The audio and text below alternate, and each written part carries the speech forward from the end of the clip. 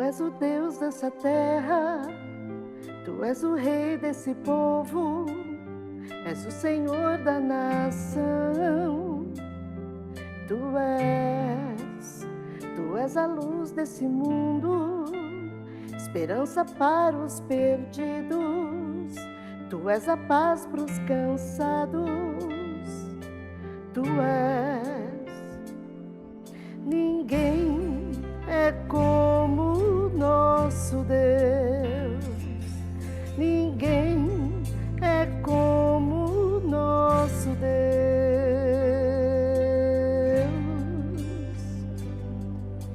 Grandes coisas estão por vir, grandes coisas vão acontecer nesse lugar.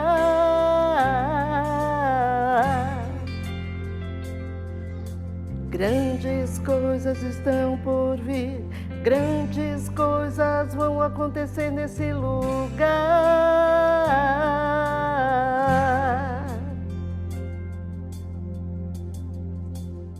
Tu és o Deus dessa terra, Tu és o Rei desse povo, és o Senhor da nação.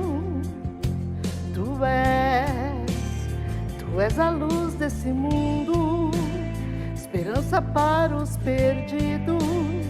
Tu és a paz para os cansados. Tu és. Ninguém é como o nosso Deus. Ninguém é como o nosso Deus.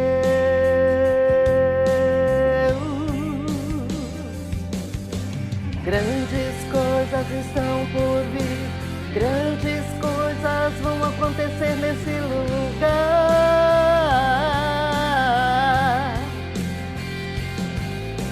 Grandes coisas estão por vir, grandes coisas vão acontecer nesse lugar. Diga. Grandes coisas estão por vir, grandes coisas vão acontecer nesse lugar. Eu creio. Grandes coisas estão por vir, grandes coisas vão acontecer aqui. Creia, grandes coisas vão acontecer aqui, na sua casa, onde quer que você esteja. O Senhor vai mudar a sua vida, vai mudar o seu cativeiro. Ele vai mudar tudo aquilo que está te deixando triste. Ele vai mudar a tua realidade. Ninguém é como o nosso Deus.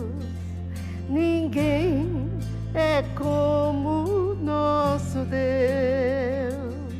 Ninguém é como o nosso Deus. Fale. Ninguém é como o nosso Deus.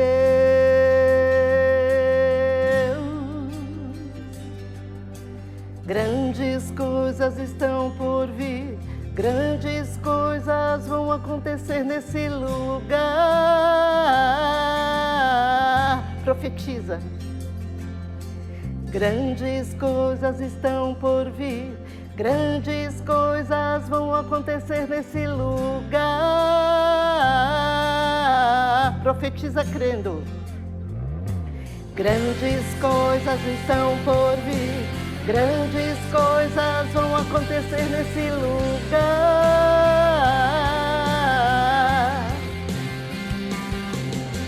Grandes coisas estão por vir, grandes coisas vão acontecer aqui. E aí? Eu creio, você crê? Você crê que grandes coisas vão acontecer na sua vida? Receba em nome de Jesus. Amém, Senhor. Obrigada, Jesus.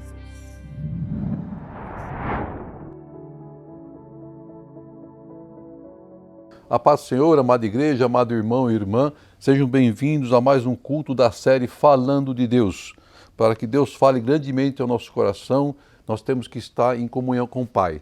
Então é importante sempre buscarmos ao Senhor, em oração, pedindo a Deus que nos lave de todo pecado. Antes de entrarmos na palavra, nos comentários, eu queria expressar minha alegria por uma família que nós amamos muito, o Domingos, a Valéria, a Manu e o Felipe, que foram grandemente abençoados por Deus. Agora eles têm uma casa deles, uma casa que eles, com muito sacrifício, conquistaram, mas Deus estava sempre à frente deles e depois de tanta luta, eles têm agora o direito, a posse de poder entrar nesse imóvel que eles compraram sem depender mais de aluguel, sem depender mais do homem, mas estando embaixo da graça do Senhor. Que Deus continue abençoando grandemente essa família que nós amamos muito e temos muita admiração. O poder da oração, esse é o tema da palavra. Na verdade, é a segunda vez que eu uso esse tema, o poder da oração. Então vamos dizer, o poder da oração 2, para não ficar totalmente repetido. Mas em novembro de 2021 também preguei uma palavra, inclusive foi sobre Jabes, o poder da oração de Jabes, simples, curta a Deus, e Deus atendeu a oração de Jabes na íntegra e a mais até do que ele havia pedido. E eu quero novamente usar esse tema, o poder da oração, para trazer para você, para a igreja, reforçar de que a nossa vida é movida pela oração, em buscarmos a Deus em oração, de estarmos sempre na presença de Deus em oração. E é muito importante nós termos esse hábito de estarmos orando a Deus, buscando a Deus. Temos que sim abrir um diálogo com o Senhor, com o Pai. Gostamos até de conversar com amigos, família, pessoas, que é natural e importante e salutar para nossas vidas. Mas temos que aprender também a conversarmos com o Senhor, conversarmos com o Pai. Em oração nós conversamos com o Senhor. Esse é o objetivo, né, da oração. Em conversa entre amigos, nós estamos ali conversando sobre vários assuntos. Com Deus é a mesma coisa. Nós temos que abrir o nosso coração ao Pai e abrirmos nossos problemas, apresentarmos ao Senhor. Isso é feito em oração ao Pai. A única diferença que existe numa conversa entre amigos e numa oração a Deus é que para a nossa oração ser alcançada, chegar aos céus, é necessário termos fé. A fé que nós depositamos no nosso coração, nos pés do Senhor, daquilo que nós estamos buscando da parte do Senhor. A fé é um ponto decisivo da resposta de Deus para nossas vidas, a nossa oração.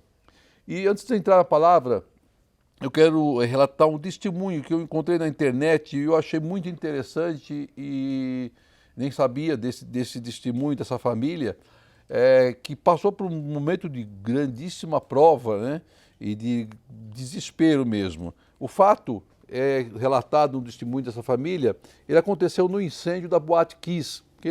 Todo mundo deve se lembrar, né? É uma boate que morreram 242 pessoas, na maioria deles jovens, 636 deles ficaram feridos, com alguma ferida. Aconteceu na cidade de Santa Maria, lá no Rio Grande do Sul, em 27 de janeiro de 2013, ou seja, 9 anos aproximadamente atrás. E encontrei o relato de uma família cristã que chamou minha atenção. É uma família, né, que sobrenome Parodi, Assunção. A mãe começa o relato dela, o testemunho dela. A mãe, Sônia Parodi, ela é professora de filosofia e mãe da Débora, né, Parodi Assunção, e ela estava, a Débora, a filha dela, na Boate Kiss na noite daquela tragédia. Então a mãe diz, né, que ela estava insistindo para a filha não ir a essa boate, mas ela entendeu que ela era jovem e as amigas iam, ela queria ir junto com as amigas. Então, por volta das 2 da manhã, a mãe recebe uma ligação, e na ligação a pessoa do outro lado fala assim, direto: a boate incendiou. Então você imagina a angústia daquela mãe ao receber uma notícia dessa às 2 da manhã, sabendo que a sua filha estava na boate, não estava em casa, estava nessa boate com as suas amigas. Então a mãe diz, né, que ela orou a Deus, ela buscou a Deus, pedindo forças para que naquela hora tão difícil, pedindo providências naquela hora tão difícil. E sem saber da sua filha. E ela então abre, né, a rede social, algumas amigas estavam ali discutindo, conversando sobre o incêndio, o que aconteceu, e uma delas pergunta se por acaso a Débora Parodi era parente dela ou era filha dela. E ela responde que sim, que era filha. Então, ela recebe de volta a pior notícia que alguém poderia receber no momento de angústia, de que o nome da sua filha estava entre os primeiros da lista que saiu publicada das vítimas da tragédia. Logo em seguida, nós temos o testemunho da filha.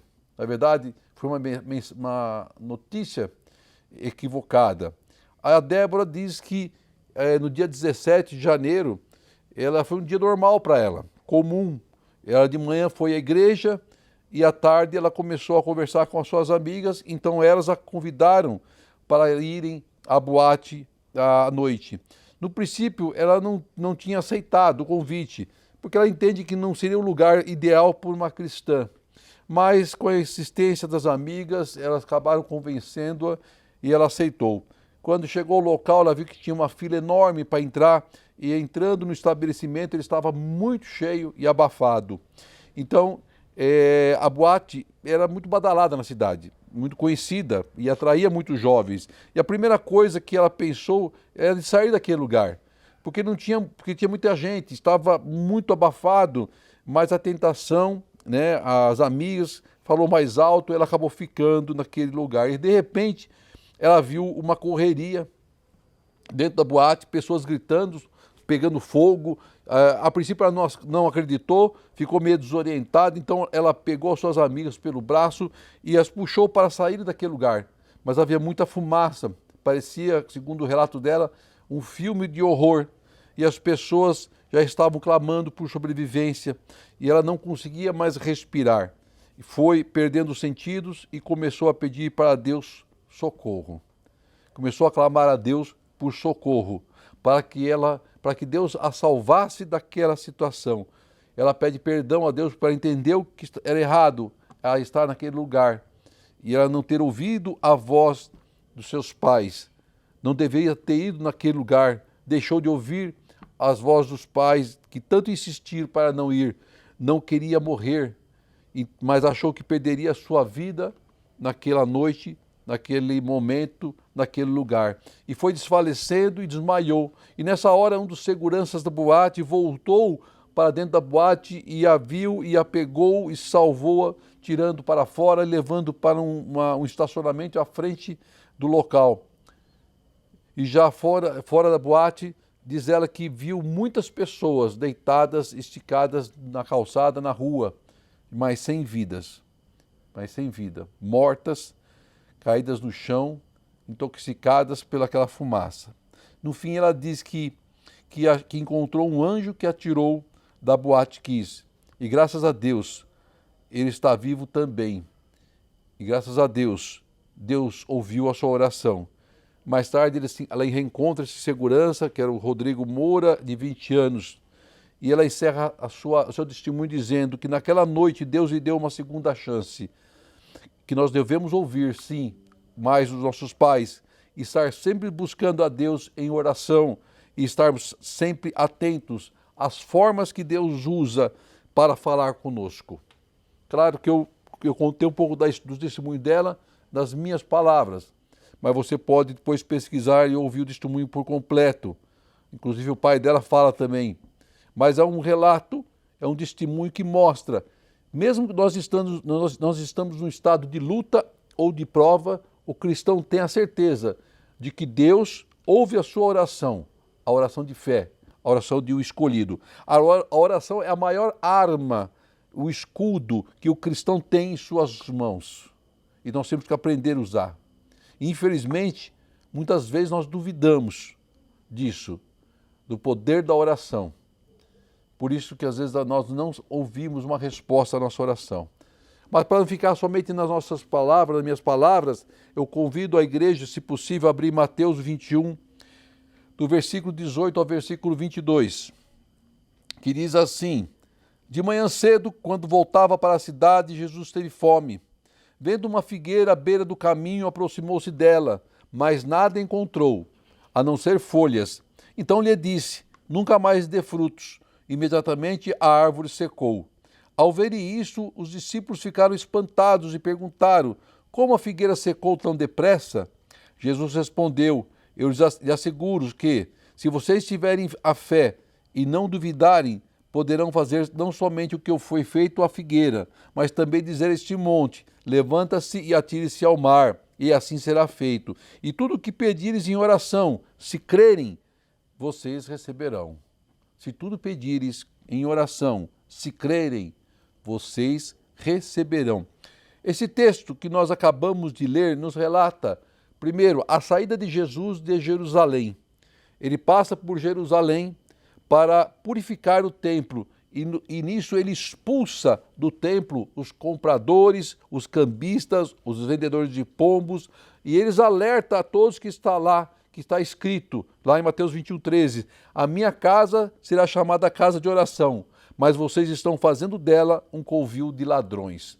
Então Jesus passa por Jerusalém para purificar o templo. Em seguida, ele cura alguns enfermos ali na cidade, e então ele toma a direção para Betânia. Em direção a Betânia, no caminho de Betânia, é quando ele cruza, com a figueira, lá no versículo, que ele levanta bem cedo, então ele sai, mas ele teve fome, e ele cruza com essa figueira. Mas ao aproximar-se da figueira, ela não tinha frutos. Então vamos entender o versículo 19 que fala exatamente sobre isso. Então Jesus caminha em direção a Betânia, se depara durante o seu percurso com essa figueira, aparentemente frondosa, aparentemente com muitas folhas bonitas, aparentemente uma árvore que demonstrava ter frutos. E a figueira tinha uma aparência enganosa, de que tinha frutos, com muitas folhagens. E uma figueira primeiro produz o fruto, depois é que nascem as suas folhas. Ou seja, mesmo fora de época, uma figueira com folhas traz sim a promessa, a esperança de que tenha frutos, que ela possa conter frutos. Então, quando Jesus olha para a aparência daquela figueira, ele certamente ela tinha uma aparência frondosa, e ele imaginou que ela poderia ter frutos fora da época, mas poderia ter frutos. Então Jesus se decepciona com a sua esterilidade daquela figueira. Jesus se decepciona ao chegar naquela figueira e não encontrar frutos. Então ele aproveitou a ocasião para ensinar os seus discípulos também. E ele ensina uma lição aos discípulos quando ele amaldiçoa aquela figueira. Quando ele fala para que a figueira não vai dar mais frutos. Ou seja, de nada adianta, em outras palavras, ter aparência de cristão se nós não agirmos como cristão. Era isso que Jesus estava ensinando. Se não frutificar conforme os princípios do reino de Deus, ou se não possuir consistência entre o que fala e o que vive de fato. Estar vazio, falar da boca para fora. Aquela figueira tinha aparência de ter, mas não tinha. Ela só tinha aparência, parecia ser produtiva, mas ela não era produtiva. Então ele se aproxima para apanhar alguns frutos e comer, só que não havia frutos. Então diz lá no versículo, parte B, então lhe disse, nunca mais dê frutos. E imediatamente a árvore secou. O que significa essa parte B do versículo 19? A árvore seria uma metáfora, para a nação judaica. A árvore tinha uma aparência externa grandiosa pelas folhas. Aquela árvore não estava mais produzindo nada para a glória de Deus, que eram os frutos. Ou seja, o povo de Deus, a nação judaica, só tinha folhas, mas já não produzia mais nada para o reino. Era vazio. Simboliza também todos aqueles que têm meios de ser úteis, mas não são apenas árvores cobertas de folhas, porém sem frutos. Você está entendendo o que significa essa palavra? Ele engana-se a si mesmo e a outros. Quando não damos frutos para o reino de Deus, isso significa que nós estamos secos, sem vida, sem propósito, sem o Espírito Santo. Somos uma figueira seca. Você só tem aparência de cristão, mas por dentro há um vazio enorme. Por dentro você não tem a presença do Espírito Santo. É isso que essa palavra está nos ensinando. Aí no versículo 20 diz assim que ao verem isso, os discípulos ficaram espantados e perguntaram a Jesus, por que a figueira secou tão depressa?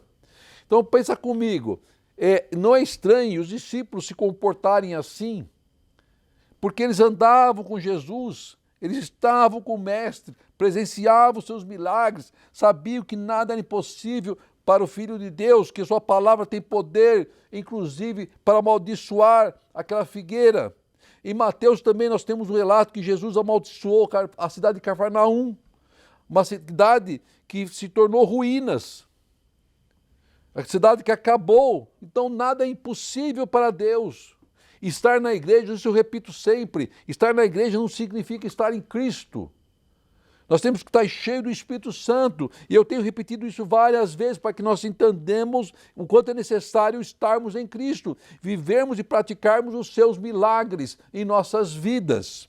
Somos escolhidos e nós somos levantados para colocar em prática os ensinamentos do Senhor, os dons que Deus nos derramou. Você lembra que lá em Apocalipse 3 que diz, 15, 16, conheço as suas obras, sei que você não é frio nem quente, melhor que seria que fosse frio ou quente, não ficar em cima do muro. Assim, porque você é morno, não é frio nem quente, estou a ponto de vomitá-lo da minha boca. Olha que palavra dura. Então nós continuando com esse ensinamento de Cristo, nessa passagem que nós estamos lendo, estamos meditando, ela é muito rica em ensinamento. Jesus estava ensinando seus discípulos, como está nos ensinando agora, para nós não sermos uma figueira afrontosa, mas seca, sem vida, sem frutos. Não podemos ter uma vida seca, sem frutos, sem a presença do Espírito Santo.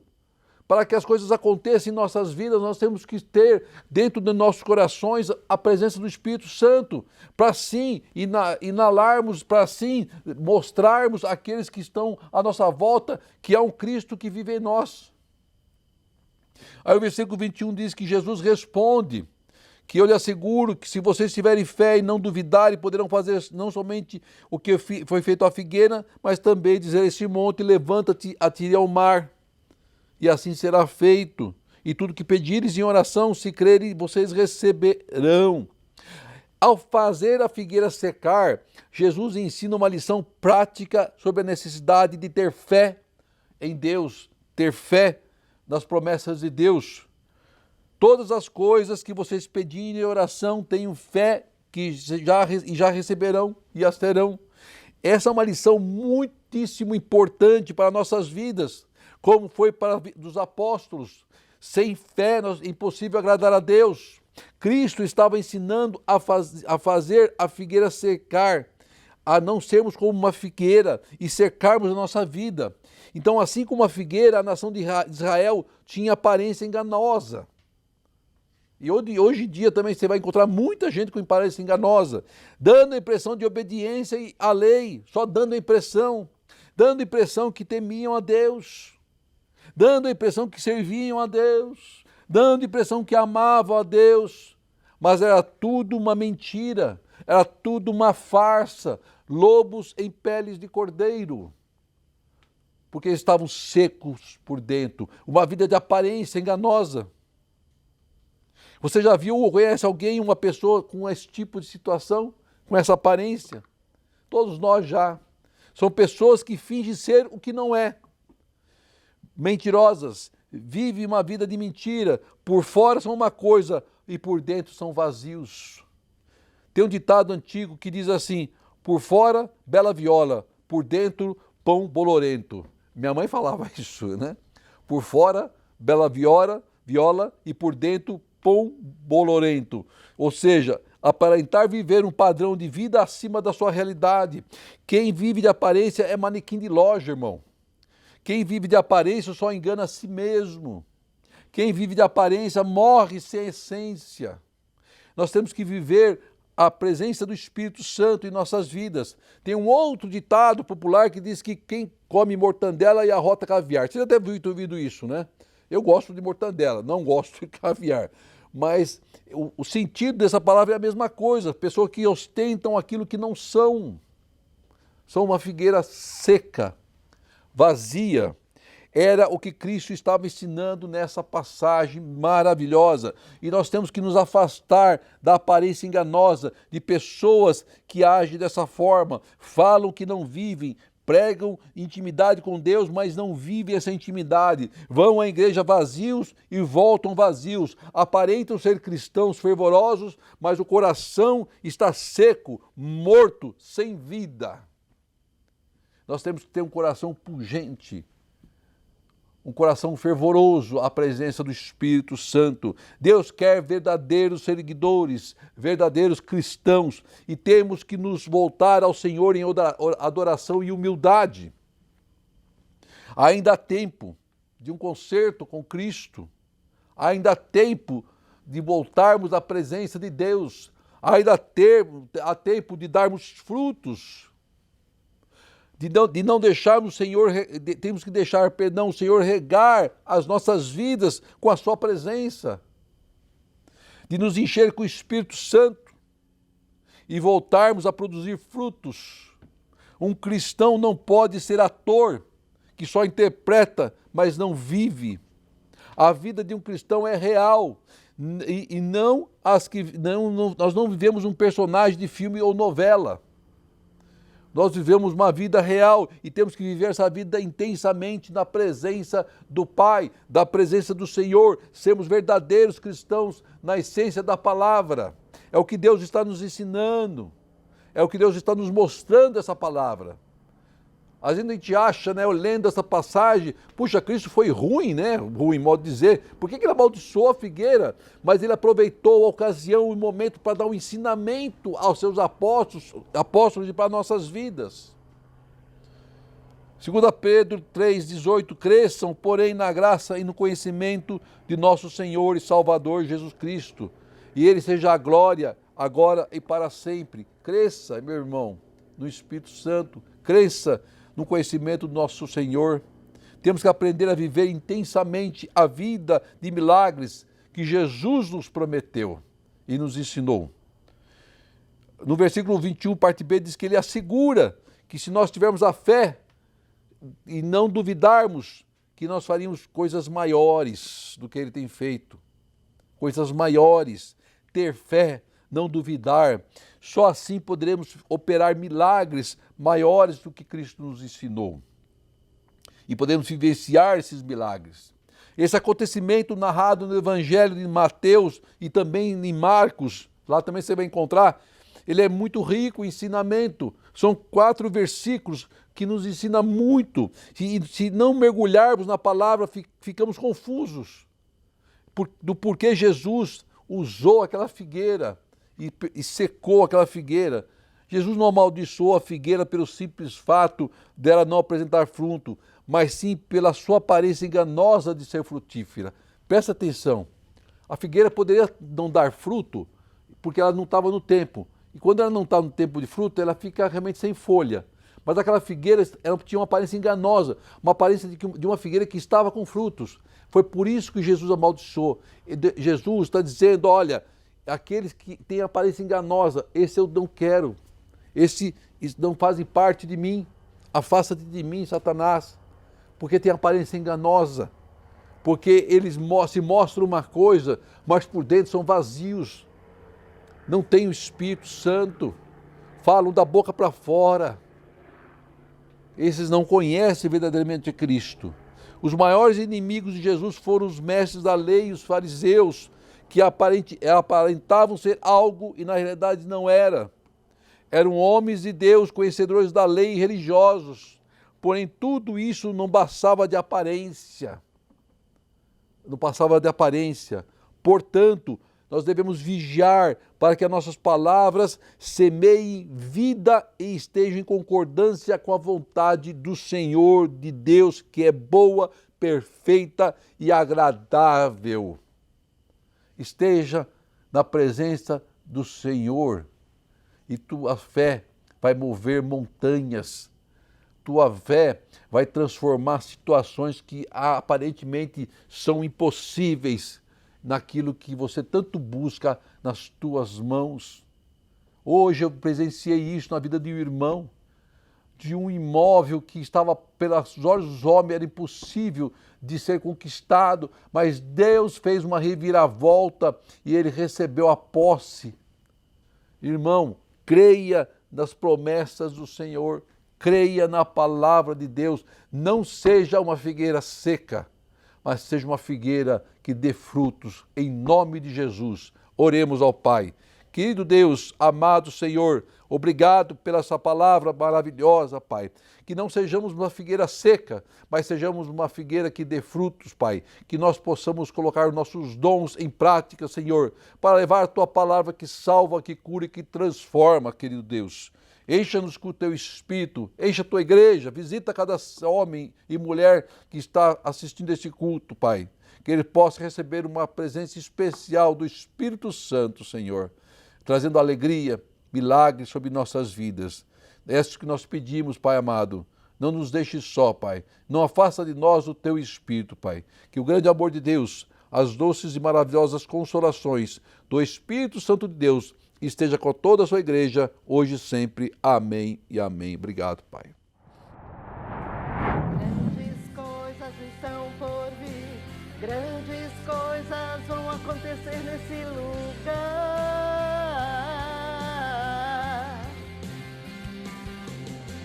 Grandes coisas estão por vir, grandes coisas vão acontecer aqui. E aí? Eu creio, você crê? Você crê que grandes coisas vão acontecer na sua vida? Receba em nome de Jesus.